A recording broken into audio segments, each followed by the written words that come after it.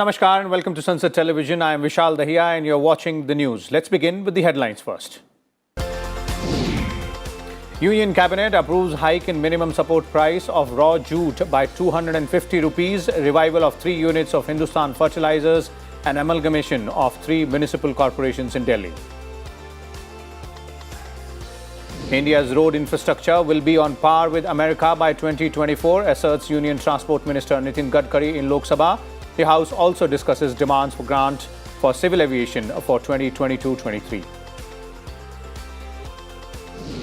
Discussion on J&K appropriation bill in Rajya Sabha. 0 hour and question hour disrupted due to protests by opposition parties. Ukraine President Zelensky ready for talks with Russian President Putin. United Nations General Assembly to hold special session on Wednesday.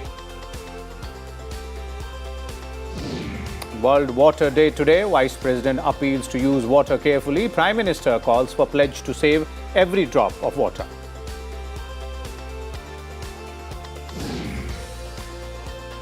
Let's now take a look at some more important news quickly. Israeli Prime Minister Naftali Bennett to pay 3-day visit to India from 3rd of April. President Ramnath Kovind to award President's Colour to INS VALSURA at Jamnagar on 25th March. NITI Aayog confers Women Transforming India Awards to 75 women for exemplary contribution towards Shashakt or Samarth Bharat. Public movement and public participation, key pillars of India's COVID management strategy, says Health Minister Mansukh Mandaviya. 36-member UAE delegation in Srinagar to look into investment opportunities in Jammu and Kashmir. President, Vice President and Prime Minister greet people of Bihar on the State Formation Day.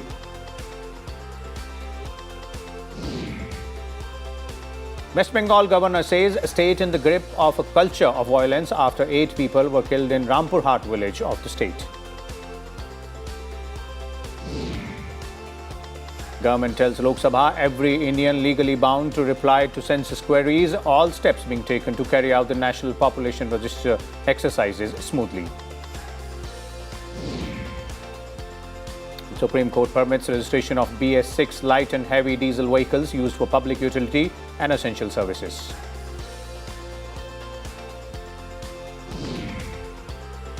Two-day meeting of the Council of the Foreign Ministers of OIC starts in Islamabad to discuss challenges faced by Muslim world.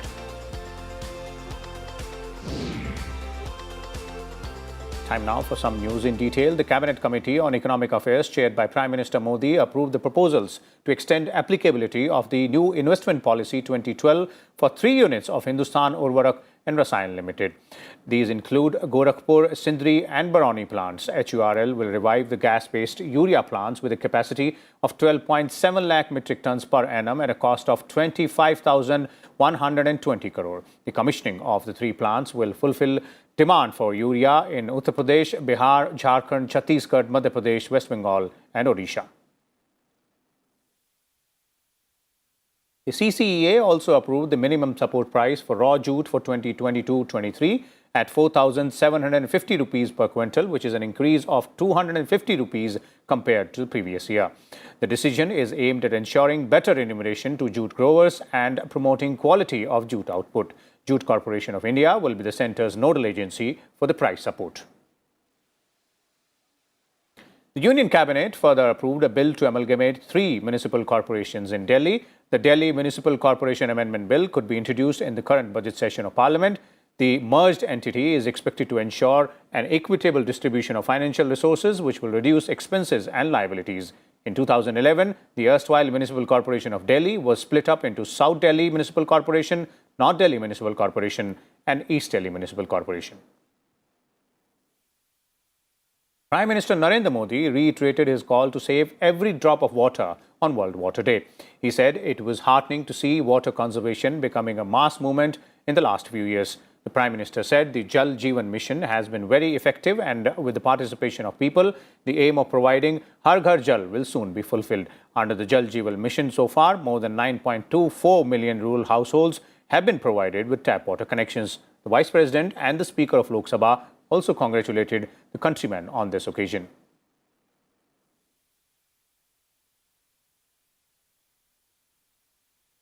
Let's now take a look at some news items from the Parliament as well.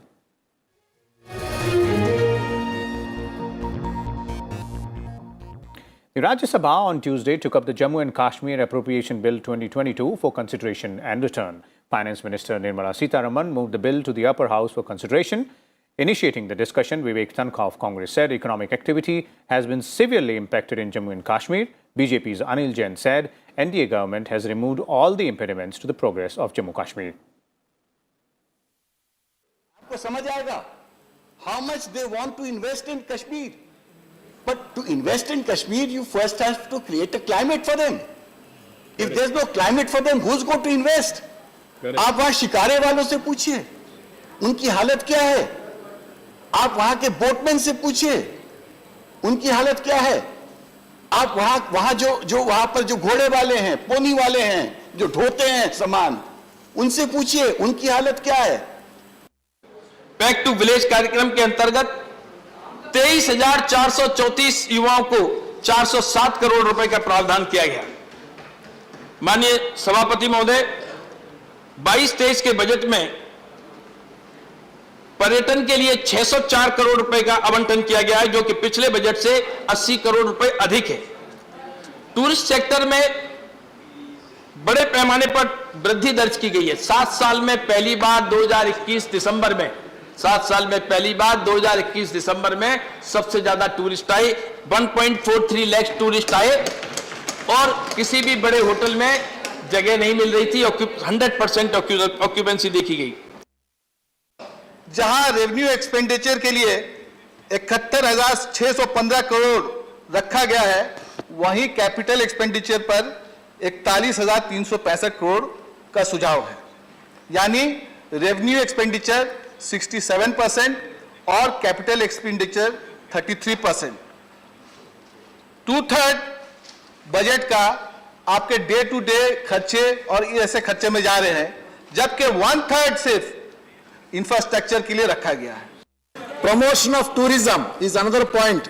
Sir, I have the tourism for J&K is very valuable, and I'm very happy to see that an allocation of 604.77 crore has been made under capital expenditure for the year 22-23, which is, very commendable again. वहां की वास्तविक समस्या कहाँ है, क्या है, वो वहां के लोग ही समझ सकते हैं। चाहे वो जम्मू रीजन के हों, चाहे वैली के रीजन को हों, उधर के हों, वहां की समस्याओं को समझ सकते हैं। क्या बजट में प्रोविजन किया? केसर की खेती धीरे धीरे खत्म हो जा रही, सारी दुनिया में उसकी मशहूर है। जो क्राफ्ट्समैनशिप है, दस्तकारी के काम होते हैं, लाजवाब कश्मीर के हैं, लेकिन अब जितना प्रोत्साहन मिलना चाहिए उतना नहीं मिल पा रहा। डल झील देखने सभी जाते हैं। हम लोग जब गए तो दिन में कहा कि नहीं जाएंगे, क्योंकि देखने दिन में इतना गंदी लगती है, इतना गंदी है, उसमें एक आध मशीन चल रही होती है। आज तक हम 2022 में हैं और डेटा बता रहा है कि अब तक 1739 कश्मीरी पंडित्स वापस वहां पे अपॉइंट हुए हैं, और 1098 others were selected for the same jobs. ये जॉब्स बनने थे एक्सक्लूसिवली फॉर कश्मीरी पंडित्स, वो भी उनको वादा खिलाफी हुई है। Road projects worth 62,000 crore rupees have been undertaken in the national capital to ease traffic congestions and tackle the problem of pollution. Union Road Transport Minister Nitin Gadkari said this on Tuesday, replying to a debate on the demand for grants for Road Transport and Highways Ministry 2022-23. In the Lok Sabha, Gadkari highlighted the improvement in highway connectivity and road infrastructure. He pointed out that it now takes only 40 minutes to travel to Meerut from Delhi as against 4 hours earlier. 2024 समाप्त होने के पहले हिंदुस्तान का road infrastructure America के बराबर होगा, ये विश्वास मैं दिलाना चाहता हूँ। और मुझे पता है कि इसके कारण रोजगार भी निर्माण होगा, इसके कारण ग्रोथ भी होगी, इसके कारण एम्प्लॉयमेंट पोटेंशियल भी बढ़ेगा, इसके कारण एग्रीकल्चर ग्रोथ भी बढ़ेगी और उसके साथ टूरिज्म भी बढ़ेगा।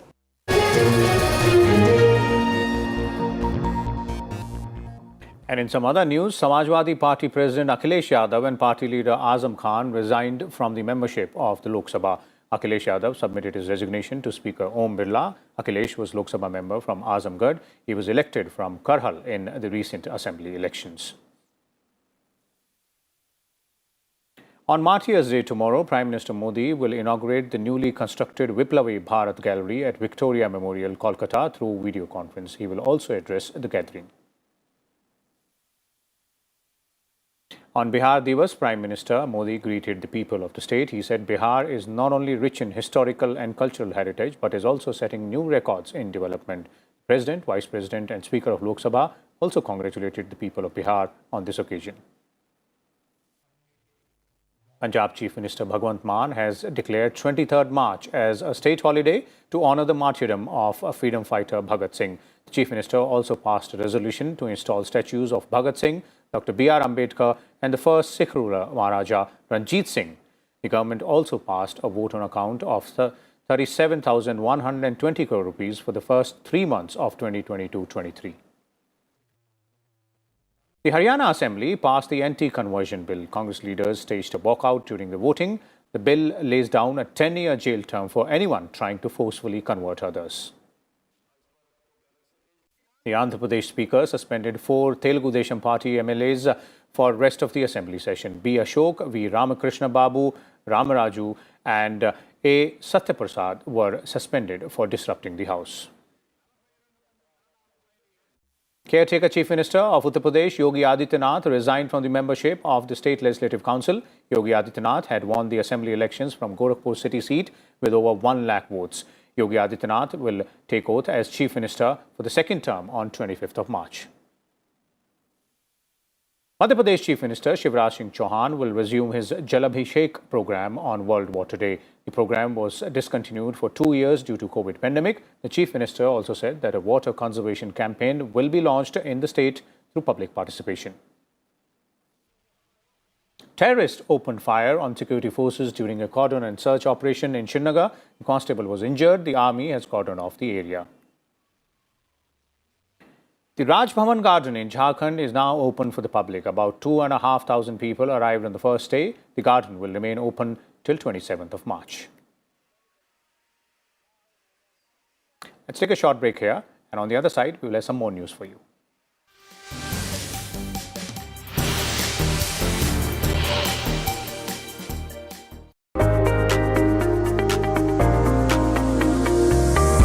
The India Startup Story. Powerful ideas, dynamic solutions, innovation, enterprise. Its success and challenges. Packed in a brand new show, The Journey of Startups, only on Sansad TV.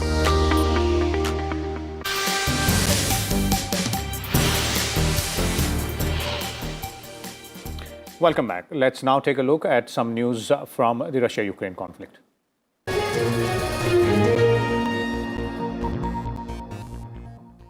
Australia has expressed understanding of India's position on the issue of Ukraine, which directly reflected India's situation and considerations. Foreign Secretary Harshvardhan Shringla said this on Tuesday, a day after Prime Minister Narendra Modi and his Australian counterpart Scott Morrison held a virtual summit. India is the only member of the US-led Quad alliance that has not condemned Russia's invasion of Ukraine. Russia has said it would like ongoing talks with Ukraine to be more active and substantive, even as fighting between the forces of the two countries continued. Ukraine said it will not obey ultimatum from Russia after Moscow demanded it stop defending besieged Mariupol, where hundreds of thousands of civilians are suffering through Russian bombardments. A once busy shopping center in Kiev now lying in total ruins after furious overnight shelling killed 8 people. In the occupied city of Kherson, Protesters confronted Russian troops who fired shots to disperse a demonstration. Ukraine's President Zelensky later hailed their courage. He also said Ukraine is ready to discuss a commitment not to seek NATO membership in exchange for ceasefire. Meanwhile, US President Joe Biden warned American companies to guard against Russian cyber attacks against critical infrastructure targets. Russia, on the other hand, banned Facebook and Instagram for what it deemed extremist activity. A Moscow court said Instagram ignored requests of the Russian government to remove fake news about the military operation in Ukraine and calls for protests in Russia. Russia also alleged that US President Biden was hastening the breakdown of relations with the criticism of Russian President Vladimir Putin. According to the United Nations, so far, over 3.5 million people have fled Ukraine, but many are also staying on, like residents of this building in Kiev that was damaged in shelling. After spending the night outside, the residents returned the next day to close the windows with plastic sheets and wooden boards. Bureau Report, Sansad TV.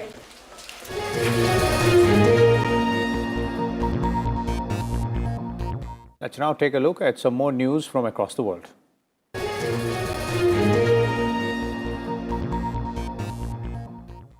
Search and rescue workers found the debris and wreckage of the China Eastern Boeing 737-800 that crashed with 132 people on board in the remote mountainous area of southern Wuzhou. The crash on Monday sets off a forest fire that was visible from space in China's worst air disaster in nearly a decade. State broadcaster CCTV showed, along with footage of the site of the crash, labeled with evidence markers. The aircraft was flying from Kunming in the southwestern province of Yunnan to the industrial center of Guangzhou along the east coast. At around 29,000 feet, the plane entered a steep dive, according to data from flight tracking websites. CCTV reported that rescue teams are looking for survivors as well as the black box. The European Union and 9 countries, including India, have called for international cooperation to promote high data protection and privacy standards based on certain core elements shaped across the Indo-Pacific region, Europe and beyond as well. In a joint declaration on privacy and the protection of personal data, the European Union, Australia, Comoros, India, Japan, Mauritius, New Zealand, South Korea, Singapore and Sri Lanka said it is vital to ensure respect for individuals' right to privacy and the protection of personal data as a core value and fundamental freedom.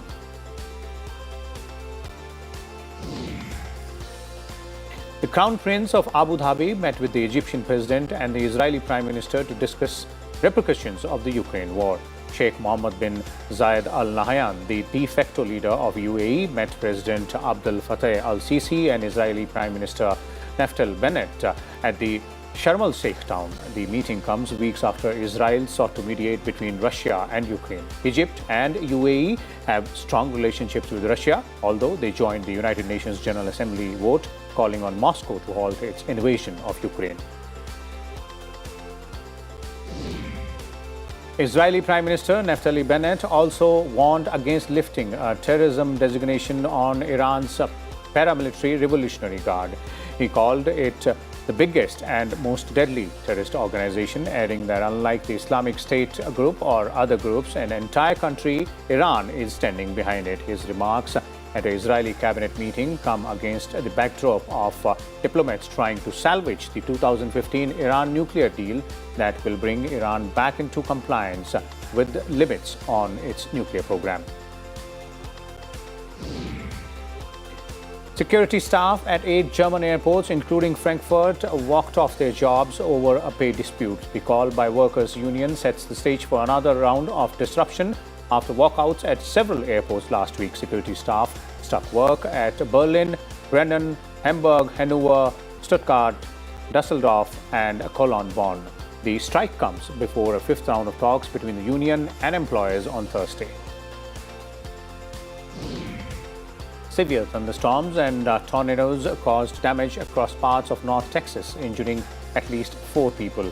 Videos showed a storm ripping wall and roof from the parts of a school in Jacksboro, badly damaging the gym.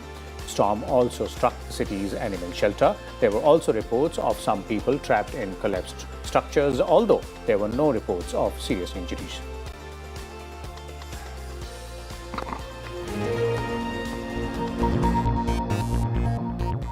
And time now for some news from the world of sports.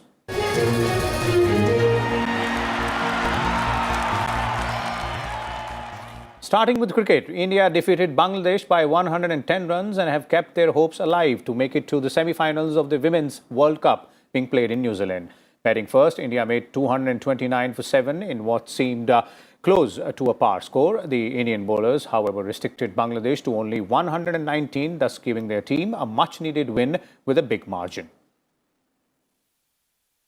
Batters Yastika, Bhatia and Shafali, Verma, along with all-rounder Sneh, Rana, start in India's win. Today, Bhatia was the lone half-centurion in the match with a score of exact 50, made of 80 balls with 2 boundaries. Shafali made a runner ball, 42, containing 6 boundaries, and Sneh Verma, on the other hand, made 27 of only 23 balls with the bat low down the order and was the wrecker-in-chief for the Bangladeshi team with 4 wickets for 30 runs.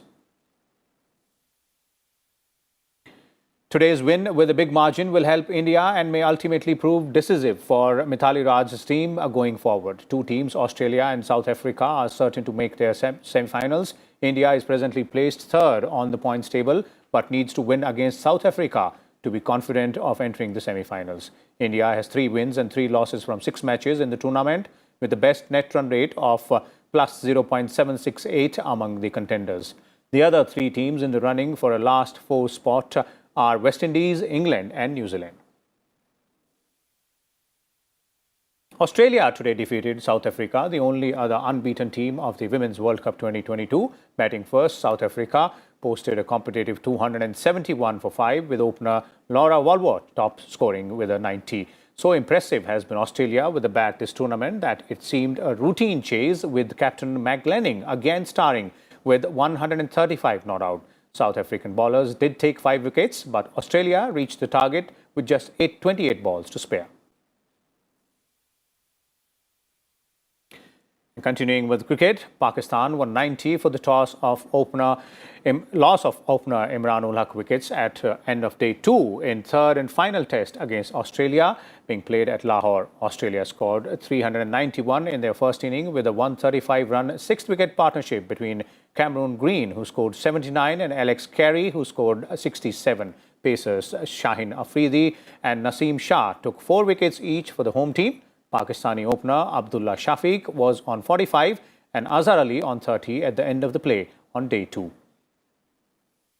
In badminton, Indian star Lakshya Sen's silver medal winning feat at the All England Badminton Championship has helped him break into the top 10 of the latest BWF World Rankings released today. The 20-year-old, who became only the 5th Indian ever to reach the summit clash of All England Championships, improved 2 places to become world number 9 with 74,786 points, surpassing reigning world champion Loh Ki Yu of Singapore. Sweden's Ambrand Duplantis broke his own men's pole vault record, jumping 6.20 meters at the World Indoor Championship in Belgrade. The 22-year-old Olympic champion improved on his own previous landmark performance set in the same Belgrade venue earlier this month by 1 centimeter. And let's now move to tennis. Boris Becker arrived at a London court on Monday to stand trial over accusations that he failed to hand over trophies he won during his glittering tennis career to settle his debts. The 54-year-old German commentator, who was declared bankrupt in 2017, is accused of not complying with obligations to disclose information.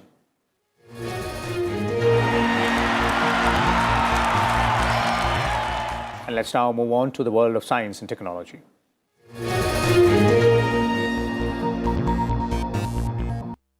United Nations Chief Antonio Guterres has warned that there is no kind way to describe the future of the planet. In a pre-recorded message to Economic Sustainability Summit in London, Guterres issued a very grim warning. There is no kind way to put it. The 1.5-degree goal is on life support. It is in intensive care.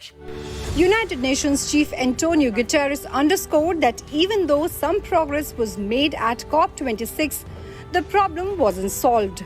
And in fact, it is getting worse. Public finance side, wealthier countries must finally make good on the 100 billion climate finance commitment in 2022 to developing countries. International financial institutions must give greater priority to climate action.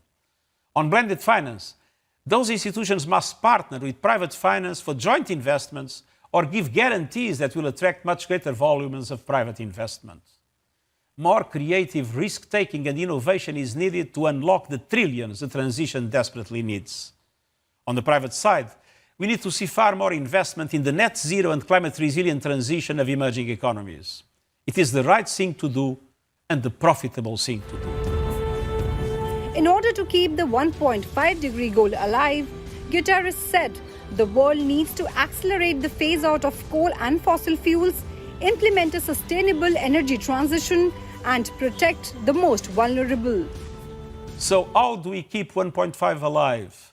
By accelerating the phase-out of coal and all fossil fuels and implementing a rapid, just and sustainable energy transition, the only true pathway to energy security. By honouring the Glasgow Pledge to strengthen national climate plans every year until they are aligned with 1.5 degrees. By delivering concrete outcomes this year on climate coalitions to help emerging economies urgently phase out coal.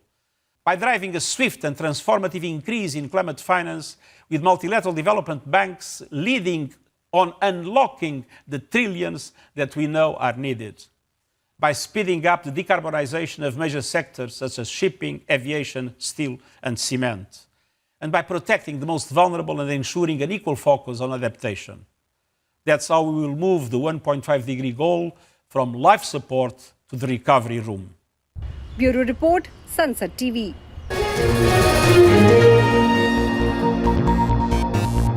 And before we leave, let's take a look at the headlines once again. Union Cabinet approves hike in minimum support price of raw jute by 250 rupees, revival of 3 units of Hindustan Fertilizers and amalgamation of 3 municipal corporations in Delhi. India's road infrastructure will be on par with America by 2024, asserts Union Transport Minister Nitin Gadkari in Lok Sabha. House also discusses demand for grants for civil aviation for 2022-23. Discussion on J&K appropriation bill in Rajya Sabha, 0 hour and question hour disrupted due to protests by opposition parties. Ukraine President Zelensky ready for talks with Russian President Putin, United Nations General Assembly to hold special session on Wednesday. And World Water Day today, Vice President appeals to use water carefully. Prime Minister Modi calls for pledge to save every drop of water.